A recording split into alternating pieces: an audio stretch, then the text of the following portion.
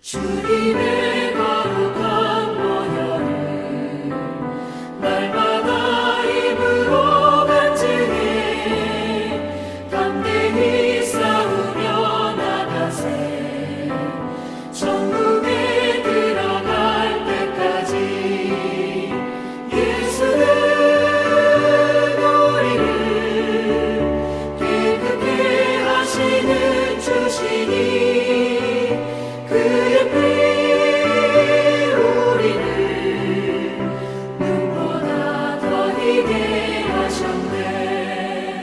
십자가 단단히 붙잡고 날마다 이기며 나가세 머리에 면류관 쓰고서 주 앞에 찬양할 때까지 예수는 우리를 깨끗게 하시는 주시니 그의 피 우리를 눈보다 더 희게 하셨네.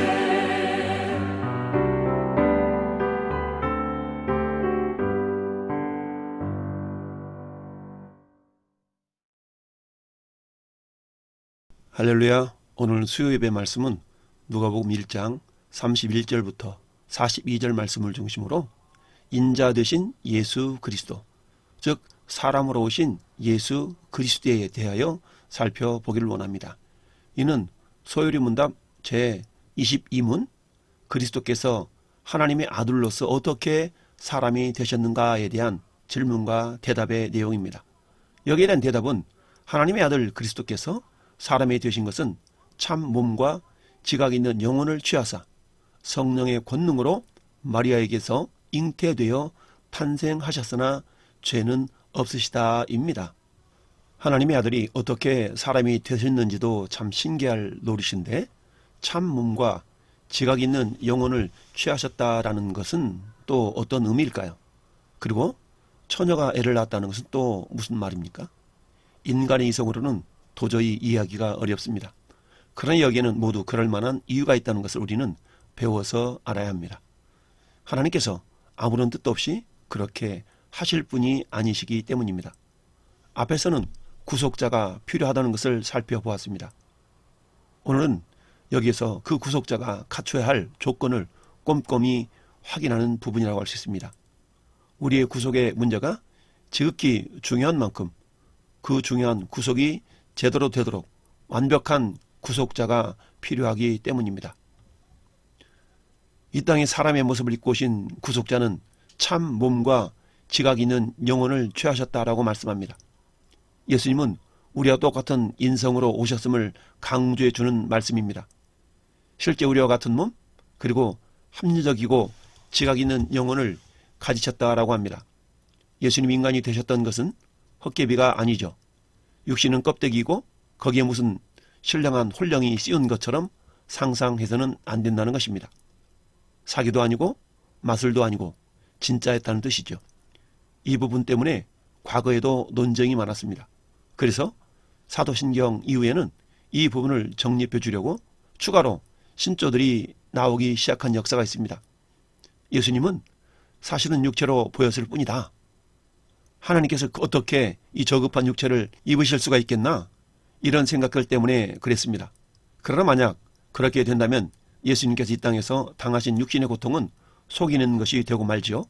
안 아픈데 아픈 척 한 것이 되고 맙니다. 오늘날 많은 교회에서 고백하고 있는 사도신경은 초대 교회 시대 주후 약 2세기경 삼위일체 하나님을 부인하는 이단들이 생겨나자 이들에 대항하여 진리를 보호하기 위해서 성경 핵심을 잘 정리해 놓은 신앙 고백문입니다. 가장 오래된 교리라고 할 수 있으나 그러나 우리 교회에서는 시편 23편을 신앙으로 고백하고 있습니다. 주후 325년에는 니케아 신조, 그리고 주 381년에는 콘스탄티노플 신조, 그리고 주 451년에는 칼케돈 신조, 이와 같은 다양한 신조들이 정립되면서 교리가 안정적으로 세워지게 된 것입니다. 또한 우리가 성령의 권능으로 동정녀 마리아의 태중에 잉태되었으나 죄는 없으시다라는 이 내용을 우리는 어떻게 이해할 수 있을까요?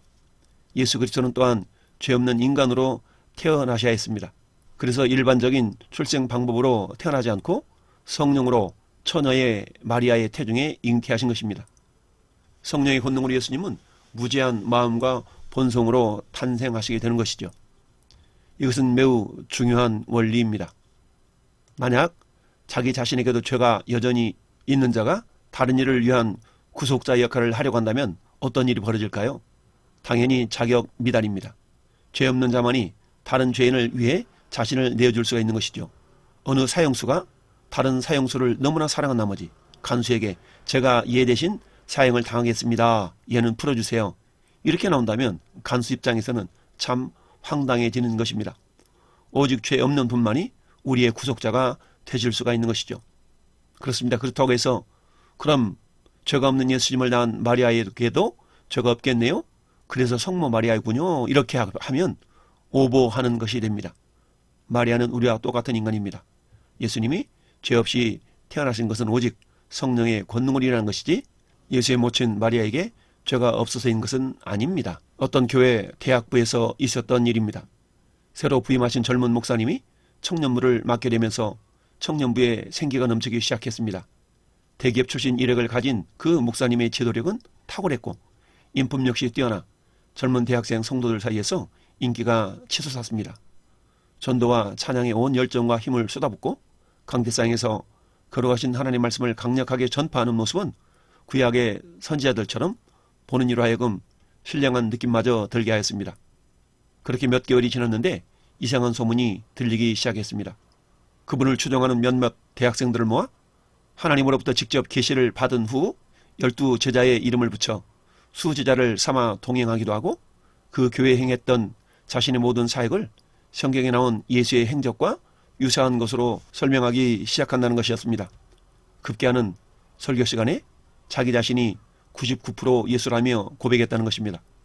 이런 상황에서 그 대학 청년들은 두 부류로 나누기 시작했습니다.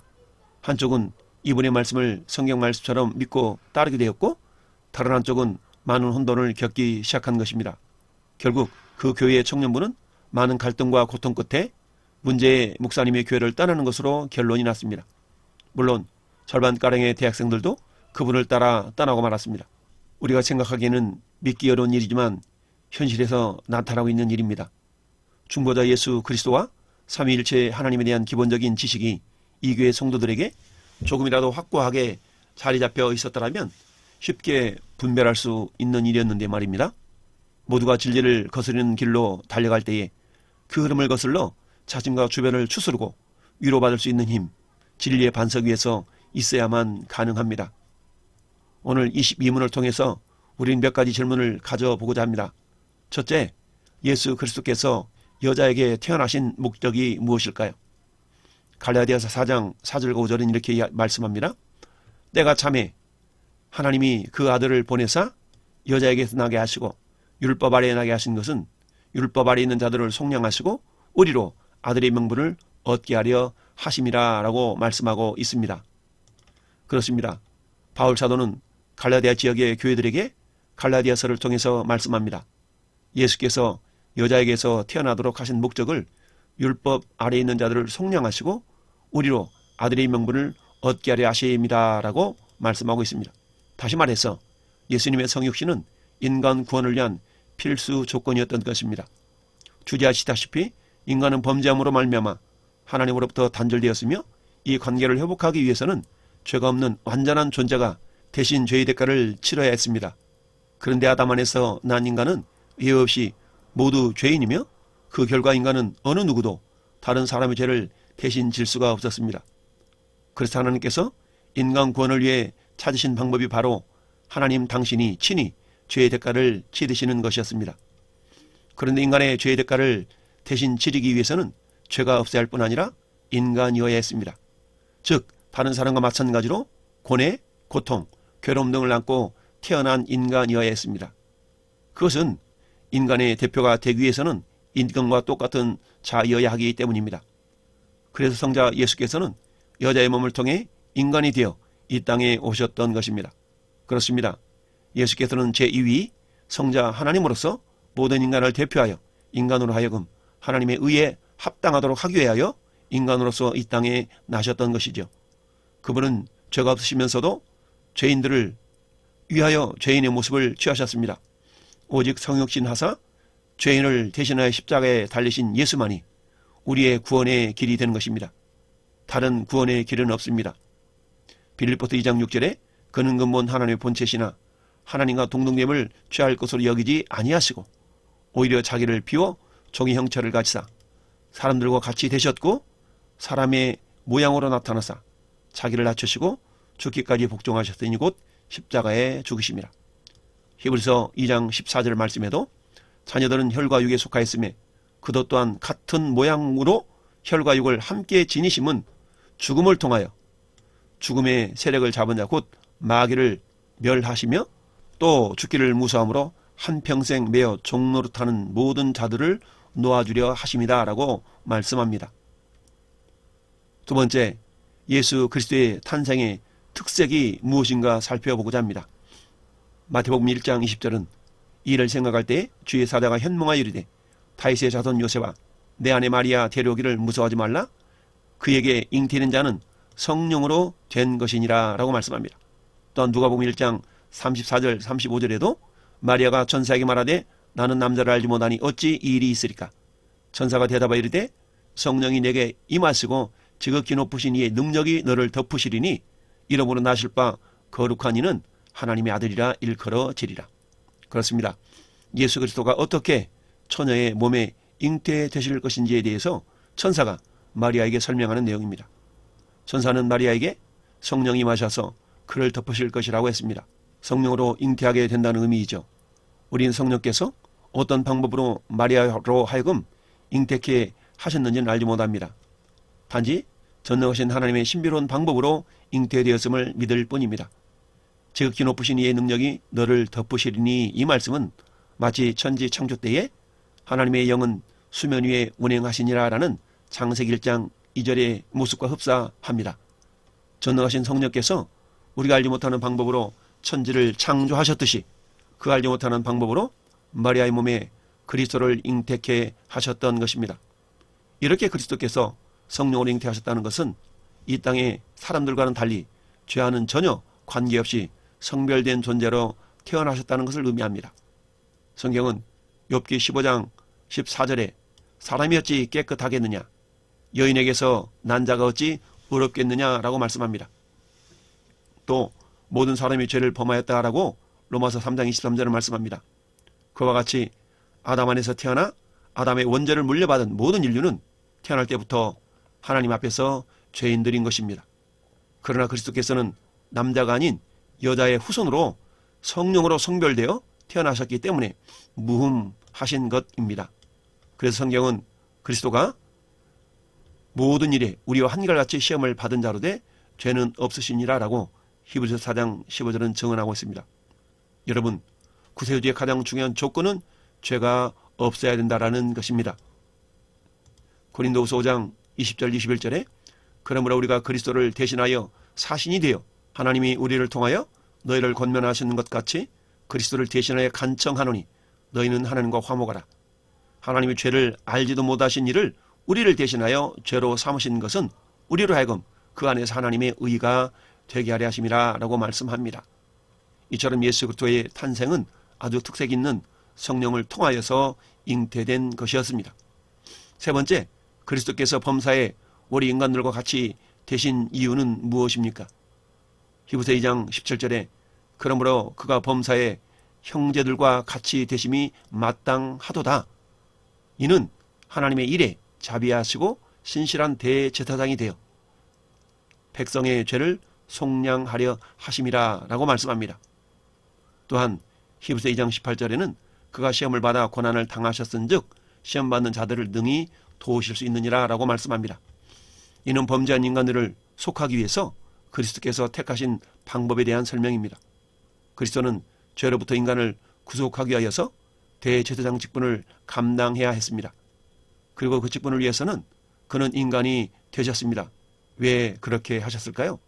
먼저 그리스도께서 대제사장이 되셔야 했던 이유는 하나님과 인간 사이에는 죄로 인해서 돌이킬 수 없는 깊은 단절이 있었기 때문입니다. 골로새서 1장 21절 말씀을 보면 인간은 하나님으로부터 멀리 떠나 마음으로 원수가 되었다라고 합니다. 하나님과 인간 사이에 뛰어넘을 수 없는 간격이 생긴 것입니다. 그리스도께서는 바로 이러한 단절의 골을 메우고 하나님과 인간 사이에 화해의 열매를 맺기 위해서 대제사장이 되셔야만 했던 것입니다.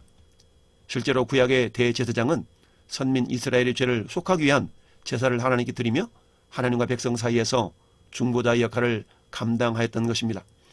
그런데 주님께서는 왜 인간의 모습으로 이 직분을 감당해야 했을까요? 그것은 구속자는 구속받을 사람의 가정에 속해 있어야 하는 것이 제1의 구비 요건이었기 때문입니다. 하나님께서 제정한 법에 따르면 한 사람의 기업을 물을 자는 반드시 그의 가족이나 친족이 되어야 했습니다. 다시 말해 가족이나 친족만이 그를 대신할 수 있었던 것입니다. 따라서 그리스도께서 인간의 죄를 대신하려면 인간과 같아져야만 했던 것입니다. 즉 인간을 위한 구속자가 되기 위해서 완전한 인간이 되어야 했던 것입니다. 실제로 구약시대의 제사장은 누구나 하나님 앞에서 자기가 대변해야 하는 사람들과 하나가 되어야 했습니다.